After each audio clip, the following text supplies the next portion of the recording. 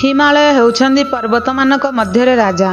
तांकर एपरि महिमा जे त्रिपुर जननी पार्वती मध्य तांकर कन्या होई जन्म होइथिले। हिमालयर उत्तररे गोटे पर्वत अछि, तार नाम कैलाश। कैलाश बहु उच्च, पुणी कैलाशर बड़ गर्व जे से बिना चेष्टारे जेते धवल और उज्जवल होई पारिछि। समुद्र मंथन बेले मंदर पर्वत देहरे अनेक फेण पड़िथिले मध्य सेते धवल देखा जाउ नथिला। जेउ शिवंग सेवारे गण विद्याधर और सिद्ध माने सदा सर्वदा लागिछन्ति जे अंबिकांगर प्रिय, पुणी जे समस्त जगतर गुरु सेही शिव ही कैलाशरे वास करुछन्ति। दिनकर कथा पार्वतींकर प्रशंसा शुणी शिव आनंदित होइगले। तांको कोଳରେ धरि से कहले, प्रिय तुमर कौन इच्छा कुह, मु तुमर इच्छा पूर्ण करिबि। पार्वती कहले, प्रभु सତରେ जदि आपण मो उपरे एते प्रसन्न होइछन्ति तेबे मते एपरि गोटे कथा कहंतु जहा अन्य केही जानि नथिबे कि सुनि नथिबे। शिव कहले, आगो तुमे परा त्रिकालज्ञ, ये विश्व ब्रह्मांड रे तुमको जना नथिबा को कथा अछि जे मु कहिबि। तथापि स्वामी सुहागिनी पार्वती अनुरोध छाड़िले नहीं। चाटु बाणी द्वारा भाज्या को संतुष्ट करने को शिव निजर शक्ति विषय गोटे छोट कहानी कही बसिले। थरे कौन हैला ना, मते दर्शन करने को ब्रह्मा और विष्णु आसी हिमालय पाखरे पहुँचिले। आग को चालू चालू से माने देखंती तो आगरे झलसी उठुचंदी एक विशालकाय ज्योतिर्लिंग। सेही विराट ज्योतिर्लिंग केउठी आरंभ होई केउठी शेष होइछंदी ताहा देखिबा लागि ब्रह्मा चालिले उपरको और विष्णु चालिले तळको। एपरि चालू चालू अनेक दूर चलीगले, तथापि सेमाने सेही लिंगंगर आदिबा अंतरे पहुँची पारिले नाही। मोर असीम महिमा देखि से दुहे मते ध्यान करी तपस्या बसी पड़िले। शेषरे मु सेमानक तपस्या संतुष्ट होई सेमानकु देखा देई पचारिले, आहे कि वर मागुछ मागो। मो कथा सुनी ब्रह्मा कहले, आपण मोर पुत्र हुंतु। कथारे अछि अति सर्वत्र बज्यते, किंतु ब्रह्मा ताहा भूली गले। अति आशा करिबारु फल एहाला जे से काहारी पूजा पाइबार योग्य हेले नाही। किंतु विष्णु बुद्धिमान, से मते वर मागी कहले, मते एपरि वर दियंतु जे मु सबुदिन लगी आपणकर सेवा करिबार सुजोग पाइबि। मु तांको सेही वर देदेली। से आविर्भूत हेले तुमरी रूपरे। सेही नारायण ही तुमर समस्त शक्तिर आधार। पूर्व जन्मरे भी तुमे मोर भाज्या थिल। एहा सुनी पार्वती आश्चर्य होई गले। पचारिले, मु किपरि पूर्व जन्मरे आपणकर भाज्या थिली। शिव कहले, पूर्वे दक्ष प्रजापतिंकर अनेक कन्या थिले, तुमे भी तांकर कन्या थिल। दक्ष तुमर विवाह कराइथिले मोरी सहित। अन्य कन्या मानकर विवाह कराइथिले धर्म और अन्य देवतांक सहित। थरे से गोटे यज्ञानुष्ठान करथिले। यज्ञ को से सब ज्वाई को निमंत्रण कले, किंतु मते निमंत्रण कले नहीं। निमंत्रण पाइ नथिबारु मो सेठाको गले नहीं। फलरे तुमे जाई तुम पिता को पचारि बसिलो, मो स्वामी को काहेकि निमंत्रण कल नहीं। जेउ दक्ष जेउ सब अप्रिय कथा कहिले ता तुम कान को भल लागिला नहीं। से जेतेबेले कहले तो स्वामी मनीष मुंड धरी बुले, सेपरि लोक को मो किपरि यज्ञ को निमंत्रण करिबि। सेतेबेले तुमे क्रोध होई कहल, छी एपरि पाषांड पितांग ठारू मु ए देह पाइछि, ए देह धरी लाभ नहीं। यह कही तुम्हें देह त्याग करदेल। ये सब शुणी मु मध्य क्रोध परवेश होई दक्षंगर से यज्ञ ध्वंस कर देइथिली। तापरे समुद्ररु चंद्रकला जात होला परी तुमे हिमालयंकर कन्या होई जन्म हेल। एथर बोध हुए तुमर से कुमारी बेलर कथा मने पड़ुथिबो। मु तपस्या करिबा लागि हिमालय को आसी थाए। तुम बापा तुमको अतिथि सेवा करिबा लागि उपदेश देले। तुमे अतिथि सेवा करू करू मते पाइबा पई तपस्या रे बसीगल। ए भितरे कौन होई थाए ना, देवता माने चाहुथांदे जे मोर गोटे पुओ जन्म हेउ। से माने जानिथिले जे मोर पुओ ही तारकासुर वध करबा को सक्षम हेबो। तेणु से माने मो पाखकु कामदेवंको पठाई देले। कामदेव सुजोग देखि मो ऊपर को पंचबाण मारी देले। मो तपस्या भांगी गला। मु सेते क्रोध होई कामदेव को चाहि देबारु से भस्म होई गले। किंतु सेतिकी बेले मोर दृष्टि जाई पड़ी गला तुमर तपसा सुंदर शरीर उपरे। सत कहूछि देवी, तुमर एकांत तपस्या बलरे धीरे धीरे मोर हृदय किणीनेल। मोर भाज्या होई तुमे मते पुण्यवान करदेल। एथर बुझी पारुथिब जे तुमे पूर्व जन्मरे मोर भाज्या होइथिल। तुमे तो सब जान, मु बाउ कौन अधिक कहबी। शिव एतिकिरे कथा शेष करदेले देखि पार्वती अभिमान करी कहले, आपण भारी द्रुत। मु एते अनुरोध कली तथापि मते नुआ कहानीटिए कहले नहीं। आपण मते केते भल पाती मु जाने, से परा आपण संध्या को उपासना करती, गंगा को मुंडरे बसाई, स्त्रींकर मान भर्जन करी ताको शांत करबा लागि शंभु विभिन्न चेष्टा कले। ଶେଷକୁ ପ୍ରତିଶ୍ରୁତି ଦେଲେ ଯେ ସେ ନିଶ୍ଚୟ ତାଙ୍କୁ ଗୋଟିଏ ଅଦ୍ଭୁତ କାହାଣୀ ଶୁଣାଇବେ। ପାର୍ବତୀଙ୍କର ଅଭିମାନ ଦୂର ହେବା ପରେ ଶିବ ତାଙ୍କ ଦ୍ୱାରପାଳ ନନ୍ଦୀକୁ ଆଦେଶ ଦେଲେ, ମୁଁ ପାର୍ବତୀଙ୍କ ସହିତ ଟିକେ ଏକାନ୍ତରେ ରହିବାକୁ ଚାହେଁ, ତେଣୁ ଅନ୍ୟ କେହି ଯେପରି ମୋ କୋଠରୀରେ ପ୍ରବେଶ ନ କରନ୍ତି। ଫଳରେ ନନ୍ଦୀ ଦ୍ୱାର ମୁହଁରେ ଜଗି ରହିଲେ ଏବଂ ଭିତରେ ଶିବ ପାର୍ବତୀଙ୍କୁ ନିଜର ଅଭିନବ କାହାଣୀ ଶୁଣାଇ ବସିଲେ। ଦେବତାମାନେ ସର୍ବଦା ସୁଖୀ ଓ ମନୁଷ୍ୟମାନେ ସବୁଦିନ ଦୁଃଖୀ, ତେଣୁ ଯେଉଁମାନେ ଅର୍ଦ୍ଧଦେବତା ସେହିମାନଙ୍କର କାହାଣୀ ହେଲା ସବୁଠାରୁ ଅଧିକ ମଧୁର। ମୁଁ ତୁମକୁ ସେହି ବିଦ୍ୟାଧରମାନଙ୍କର କାହାଣୀ କହୁଛି ଶୁଣ। ଶିବ ଏହିପରି ଭାବରେ କଥା ଆରମ୍ଭ କଲାବେଳକୁ ପୁଷ୍ପଦନ୍ତ ନାମରେ ତାଙ୍କର ଜଣେ ପ୍ରିୟଗଣ ଆସି ସେହି କୋଠର ଦ୍ୱାରରେ ବସିଗଲେ। କିନ୍ତୁ ନନ୍ଦୀ ତାଙ୍କୁ ଭିତରକୁ ଯିବାକୁ ଛାଡ଼ିଲେ ନାହିଁ। ପୁଷ୍ପଦନ୍ତ ଯେତେବେଳେ ଶୁଣିଦେଲେ ଯେ ଭିତରକୁ କେହି ଯାଇପାରିବେ ନାହିଁ ବୋଲି ପ୍ରଭୁ ଶିବ ହିଁ ଆଦେଶ ଦେଇଛନ୍ତି, ସେତେବେଳେ ତାଙ୍କ ମନରେ କୌତୂହଳ ଜାଗିଲା। ଭିତରେ ଏପରି କି କାମ ଚାଲିଛି ଯେ ମୋତେ ମଧ୍ୟ ପଶିବାକୁ ମନା?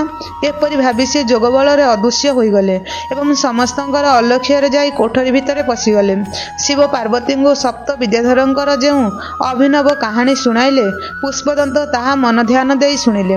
ପୁଷ୍ପଦନ୍ତଙ୍କର ସ୍ତ୍ରୀଙ୍କର ନାମ ଜୟା। ସ୍ତ୍ରୀ ନିକଟରେ ତ କୌଣସି ରହସ୍ୟ ଲୁଚାଇ ରଖେ ନାହିଁ। ପୁଷ୍ପଦନ୍ତ ଘରକୁ ଆସି ଜୟାକୁ ଖୁସି କରିବା ଲାଗି ସେହି କାହାଣୀଟି ଶୁଣାଇ ଦେଲେ।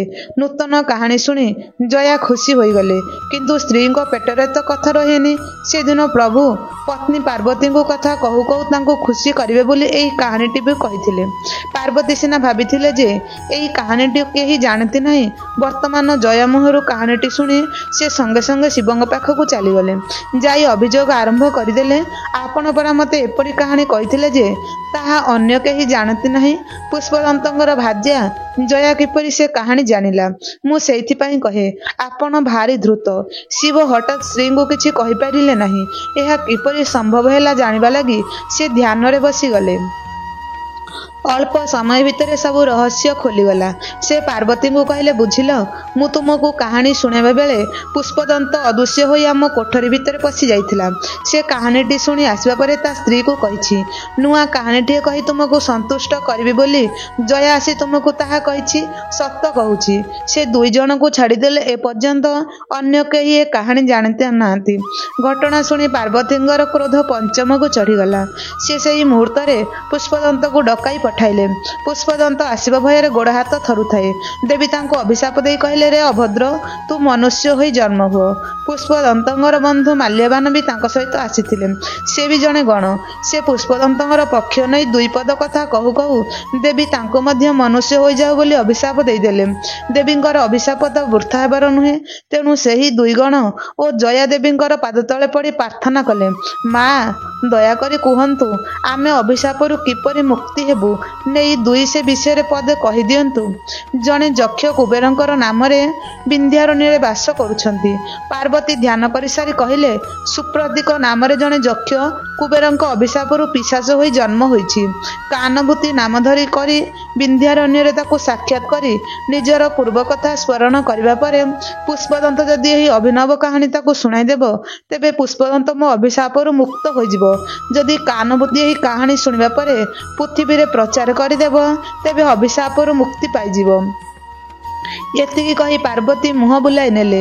ଗଣ ଓ ଦୁଇ ଜଣ ଅଭିଶାପ ଭୋଗ କରିବା ଲାଗି କିଛି ସମୟ ପରେ ସେହି ଦୁଇ ଜଣ ସେଠାରୁ ଚାଲି ଆସିଲେ। କିନ୍ତୁ ଦେବୀ ତ ପରମ ଦୟାଳୁ। ଅବସ୍ଥା କ'ଣ ହେଲା ତାହା ଜାଣିବା ଲାଗି ତାଙ୍କର ମନ ବ୍ୟାକୁଳ ହୋଇ ଉଠିଲା। ସେ ଶଙ୍କରକୁ ପଚାରିଲେ, ନାଥ, ମୁଁ ସେ ଦୁଇ ଜଣ ଗଣକୁ ଅଭିଶାପ ଦେଇଦେଲି। ସେ ଦୁଇ ଜଣ କେଉଁଠି ଜନ୍ମ ହୋଇଛନ୍ତି? ସର୍ବଜ୍ଞ ଶଙ୍କର କହିଲେ, ପ୍ରିୟେ, ପୁଷ୍ପଦନ୍ତ କୌଶାମୀ ନାମର ଏକ ମହାନଗରୀରେ ବରରୁଚି ନାମରେ ଜନ୍ମ ହୋଇଛି। ମାଲ୍ୟବାନ ଜନ୍ମ ହୋଇଛି ଗୁଣାଢ୍ୟ ନାମ ଧରି ସୁପ୍ରତିଷ୍ଠିତ ନାମକ ଅନ୍ୟ ଏକ ନଗରରେ। ଏପରି କହି ଶିବ ପାର୍ବତୀଙ୍କୁ ଆଶ୍ୱସ୍ତ କଲେ। ପୁଷ୍ପଦନ୍ତ ମନୁଷ୍ୟ ଜନ୍ମ ପାଇ ପୃଥିବୀରେ ରହିଲେ। ତାଙ୍କର ନାମ ହୋଇଗଲା ବରରୁଚି। କେତଙ୍କ ନିକଟରେ ସେ କାତ୍ୟାୟନ ନାମରେ ମଧ୍ୟ ପରିଚିତ ହେଲେ। କାତ୍ୟାୟନ ମଣିଷ୍ୟ ରୂପରେ କିଛି ଦିନ ବଢ଼ୁ ବଢ଼ୁ ବହୁ ବିଦ୍ୟାରେ ପଣ୍ଡିତ ହୋଇ ନନ୍ଦ ରାଜାଙ୍କର ମନ୍ତ୍ରୀ ହୋଇଗଲେ। କିନ୍ତୁ କିଛି ଦିନ ମନ୍ତ୍ରିତ୍ୱ କରିବା ପରେ ଆଉ ସେଥି ମନ ଲାଗିଲା ନାହିଁ। ସେ ମନ୍ତ୍ରିତ୍ୱ ଛାଡ଼ି ଚାଲିଗଲେ ବିନ୍ଧ୍ୟବାସିନୀ ଦେବୀ ଦେବୀଙ୍କର ମନ୍ଦିରକୁ। ଦେବୀଙ୍କ ଦର୍ଶନ କରି ସେ ସେଠାରେ ତପସ୍ୟାରେ ବସିଛନ୍ତି। ତାଙ୍କର ଘୋର ତପସ୍ୟାରେ ସନ୍ତୁଷ୍ଟ ହୋଇ ତାଙ୍କୁ ସ୍ୱପ୍ନରେ ଦେଖାଦେଲେ। କହିଲେ, ବିନ୍ଧ୍ୟାରଣ୍ୟକୁ ଯାଇ କାନଭୂତି ସହିତ ସାକ୍ଷାତ କର। କାତାୟନଙ୍କର ନିଦ ଭାଙ୍ଗିଗଲା। କାନଭୂତି ଯେ ଅରଣ୍ୟରେ ଯେଉଁଠି ଅଛି ତାହା ତ ଜାଣନ୍ତି ନାହିଁ, ତଥାପି ବିନ୍ଧ୍ୟାରଣ୍ୟକୁ ଗଲେ। ତାର ଦେଖା ମିଳିବ ଭାବି ସେ ବିନ୍ଧ୍ୟାରଣ୍ୟକୁ ଚାଲିଲେ। ବିନ୍ଧ୍ୟା ଅରଣ୍ୟ କିଛି ସାମାନ୍ୟ ଅରଣ୍ୟ ନୁହେଁ। ତା ଭିତରେ ବୁଲୁଥାନ୍ତି ମାଳ ମାଳ ହିଂସ୍ରଜନ୍ତୁ, ପଲ ପଲ ମାଙ୍କଡ଼। ତଥାପି ସେ କାନଭୂତିକୁ ଅନେକ ଖୋଜିଲେ। କାନଭୂତି ଯେ ତାର ଦେଖା ନୁହେଁ। ଅରଣ୍ୟ ଭିତରେ କେଉଁଠି ପାଣି ଟୋପାଏ ବି ପିଇବାକୁ ମିଳିଲା ନାହିଁ। କ୍ଳାନ୍ତ ଶାନ୍ତ ହୋଇ ଚାଲୁ ଚାଲୁ ଦିନେ ଯାଇ ପହଞ୍ଚିଗଲେ ଗୋଟିଏ ବିରାଟ ବରଗଛ ପାଖରେ। ସେ ଗଛରେ ଥାନ୍ତି ଅନେକ ପିଶାଚ। କାନଭୂତି ସବୁ ପିଶାଚଙ୍କ ରାଜା ହୋଇ ସେଠାରେ ରହିଥାଏ। ଫଳରେ କାନଭୂତି ସହିତ କାତାୟନଙ୍କର ଦେଖା ହୋଇଗଲା। ତା ପାଖରେ ବସୁ ବସୁ କାତାୟନ ପଚାରିଲେ, ତୁମ ପରି ସଦାଚାରୀ ଲୋକଙ୍କର ପୁଣି ଏପରି ଦଶା କିପରି ହେଲା? ଏହି ସ୍ନେହବୋଳ କଥା ପଦକ ଶୁଣିଦେଇ କାନଭୂତି କହିଲା, ସତ କହୁଛି ଦେବ, ମୁଁ ନିଜେ ଏ ବିଷୟରେ କିଛି ଜାଣେ ନାହିଁ। ଉଜ୍ଜୟିନୀର ଶ୍ମଶାନରେ ଯେଉଁ ଶିବ ଅଛନ୍ତି, ତାଙ୍କରି ମୁହଁରୁ ମୁଁ ଯାହା ଶୁଣିଛି ସେହି କଥା କହୁଛି। ଶୁଣନ୍ତୁ। ଦିନେ ଦେବୀ ଶିବଙ୍କୁ ପଚାରିଲେ, ଆପଣଙ୍କୁ ନରମୁଣ୍ଡ ଏତେ ଭଲ ଲାଗେ କାହିଁକି? ଶିବ କହିଲେ, ପୂର୍ବ କାଳରେ ପ୍ରଳୟ ହେବାରୁ ପୃଥିବୀ ଯେତେବେଳେ ଜଳମୟ ହୋଇଗଲା, ସେତେବେଳେ ମୁଁ ମୋ ପିଚାଫୁଟି ଟୋପାଏ ରକ୍ତ ଜଳରେ ପକାଇ ଦେଇଥିଲି। ରକ୍ତ ଟୋପାକ ଜଳରେ ପଡ଼ି ଡିମ୍ବରେ ପରିଣତ ହୋଇଗଲା। ସେହି ଡିମ୍ବରୁ ପରମାତ୍ମା ଜନ୍ମ ହେଲେ। ପୁଣି ସେଇଥିରୁ ହିଁ ମୁଁ ପ୍ରକୃତିକୁ ସୃଷ୍ଟି କରିଥିଲି। ପରମାତ୍ମା ଓ ପ୍ରକୃତି ମିଶି ଅନ୍ୟାନ୍ୟ ପ୍ରଜାପତିମାନଙ୍କୁ ଜନ୍ମ ଦେଇଥିଲେ। କାଳକ୍ରମେ ସେହି ପରମାତ୍ମା ପୃଥିବୀରେ ପିତାମହ ନାମରେ ଖ୍ୟାତ ହେଲେ ଏବଂ ସକଳ ଚରାଚର ସୃଷ୍ଟି କରିଛନ୍ତି ବୋଲି ପରମାତ୍ମାଙ୍କ ମନରେ ବଡ଼ ଗର୍ବ ହେଲା। ତାଙ୍କର ଗର୍ବ ଦେଖି ମୁଁ ତାଙ୍କର ମୁଣ୍ଡ କାଟିଦେଲି। କିନ୍ତୁ କାଟିଦେଲି ସିନା, ହେଲେ ମନରେ ବଡ଼ ଅନୁତାପ ଜାତ ହେଲା। କଟା ମୁଣ୍ଡଟି ହାତରେ ଧରି ମୁଁ ସେହିଦିନୁ କଠିନ ବ୍ରତ ପାଳନ କରିବାକୁ ଲାଗିଲି। ସେହିଦିନୁ ଶ୍ମଶାନପତି ମୋ ମନରେ ଏତେ ଅନୁରାଗ ଜାତ ହୋଇଯାଇଛି। ସୁତରାଂ ଏ ସମସ୍ତ ଜଗତ ନରମୁଣ୍ଡ ରୂପରେ ମୋ ହାତରେ ରହିଛି। ଯେଉଁ ଡିମ୍ବ କଥା କହିଲି, ତାହା ଦୁଇ ଭାଗରେ ବିଭକ୍ତ ହୋଇ ଅଧେ ସ୍ୱର୍ଗ ଓ ଅନ୍ୟ ଅଧକ ମର୍ତ୍ତ୍ୟ ନାମରେ ପରିଚିତ ହେଉଛି। ଏହା ଶୁଣି ପାର୍ବତୀଙ୍କ ମନରେ କୌତୂହଳ ଜାତ ହେଲା। ଶୁଣିଲି, ସେ ପଚାରୁଛନ୍ତି, ପ୍ରଭୁ, ପୁଷ୍ପଦନ୍ତ ଆଉ କେତେଦିନ ପରେ ଆମ ନିକଟକୁ ଫେରି ଆସିବ? ଶିବ ମୋତେ ଦେଖାଇ କହିଲେ, ଏ ଯେଉଁ ପିଶାଚଟିକୁ ଦେଖୁଛ, ପୂର୍ବେ ଜଣେ ଯକ୍ଷ ଥିଲା। ଏ ଥିଲା ଧନପତି କୁବେରଙ୍କର ଅନୁଚର। କିନ୍ତୁ କାଳକ୍ରମେ ତୁଳସୀରା ନାମକ ଜଣେ ରାକ୍ଷସ ସହିତ ମିତ୍ରତା କରି ବସିଲା। ଅସତ୍ ଲୋକ ସହିତ ମିତ୍ର ହେଲାଣି ଦେଖି କୁବେର ଏହା ଉପରେ ଅସନ୍ତୁଷ୍ଟ ହୋଇଗଲେ। ଶେଷରେ ଏହାକୁ ପିଶାଚ କରିଦେଇ ବିନ୍ଧ୍ୟାରଣ୍ୟକୁ ପଠାଇଦେଲେ। ଏହାର ଦୀର୍ଘଜଙ୍ଘା ବୋଲି ଗୋଟିଏ ଭାଇ ଅଛି। କୁବେର ଏପରି ଦଣ୍ଡ ଦେଲେ ଦେଖି ସେ ବିଚରା ତାଙ୍କ ପାଦତଳେ ପଡ଼ି ପଚାରିଲା, ମୋ ଭାଇ କେବେ ଶାପମୁକ୍ତ ହେବେ? କୁବେର କହିଲେ, ଆରେ, ପୁଷ୍ପଦନ୍ତ ନାମରେ ଜଣେ ଗଣ ଅଭିଶାପ ପାଇ ପୃଥିବୀରେ ଜନ୍ମ ହେବେ। ତୋ ଭାଇ ଯଦି ତାଙ୍କରି ମୁହଁରୁ ଶିବ କହୁଥିବା ଅଭିନବ କଥା ଶୁଣି ମାଲ୍ୟବାନ ବୋଲି ଆଉ ଜଣେ ଶାପଗ୍ରସ୍ତ ଗଣକୁ ତାହା ଶୁଣାଇଦେବ, ତେବେ ଯାଇ ସେହି ଦୁଇ ଗଣଙ୍କ ସହିତ ତୋ ଭାଇ ମଧ୍ୟ ଶାପମୁକ୍ତ ହୋଇଯିବ। ତୁମର ବୋଧହୁଏ ମନ ଥିବ, ପୁଷ୍ପଦନ୍ତକୁ ମଧ୍ୟ ତୁମେ ଠିକ୍ ଏଇଭଳି ଏକ ସତ୍ତ୍ୱ ଦେଇଛ। ଶିବଙ୍କ ମୁହଁରୁ ଏତକ ଶୁଣିଦେଇ ମୋତେ ବଡ଼ ଆନନ୍ଦ ଲାଗିଲା। ପୁଷ୍ପଦନ୍ତ କେବେ ଆସି ମୋତେ ସେହି ଅଭିନବ କଥା ଶୁଣାଇବେ ବୋଲି ମୁଁ ଆସି ସେହିଦିନୁ ଏଠାରେ ଅପେକ୍ଷା କରିଛି। କାନଭୂତିଠାରୁ ଏ କଥା ଶୁଣି ବର ରୁଚିଙ୍କର ପୂର୍ବ କଥା ମନେ ପଡ଼ିଗଲା। ଶୋଇଥିବା ଲୋକ ହଠାତ୍ ଚେଇଁ ଉଠିଲେ ଯେପରି ହୁଏ, ସିଏ ସେପରି ହୋଇ କହିଦେଲେ, ଆହେ, ମୁଁ ସେହି ପୁଷ୍ପଦନ୍ତ, ମୁଁ ସେହି ଅଭିନବ କଥା କହୁଛି ଶୁଣ। ଏହା କହି ସେ କାହାଣୀ ଆରମ୍ଭ କରିଦେଲେ। ତାହା 7 ଲକ୍ଷ ଶ୍ଲୋକ ବିଶିଷ୍ଟ 7ଟି ଭାଗରେ ବିଭକ୍ତ। ସେହି ଅଦ୍ଭୁତ କଥା ଶୁଣି କାନଭୂତି ଆନନ୍ଦ ଗଦଗଦ ହୋଇଗଲା। ଧନ୍ୟ ଧନ୍ୟ କହି ସେ ବରରୁଚିଙ୍କର 2 ପାଦ ଧରି ପକାଇଲା। କହିଲା, ହେ ଦେବ, ଆପଣ ହିଁ ରୁଦ୍ରଙ୍କର ଅବତାର। ଆପଣଙ୍କ ଛଡ଼ା ଏପରି କଥା ଆଉ କାହାକୁ ଜଣାଥିବ? ଏ କଥା ଶୁଣି ମୁଁ ପ୍ରାୟ ଶାପମୁକ୍ତ ହୋଇଗଲିଣି। ଆପଣ ଯଦି ମୋତେ ଆପଣଙ୍କର ନିଜ କଥା ଶୁଣିବାର ଯୋଗ୍ୟ ବୋଲି ମନେ କରୁଛନ୍ତି, ତେବେ ନିଜର ବୃତ୍ତାନ୍ତ ଶୁଣାଇ ମୋତେ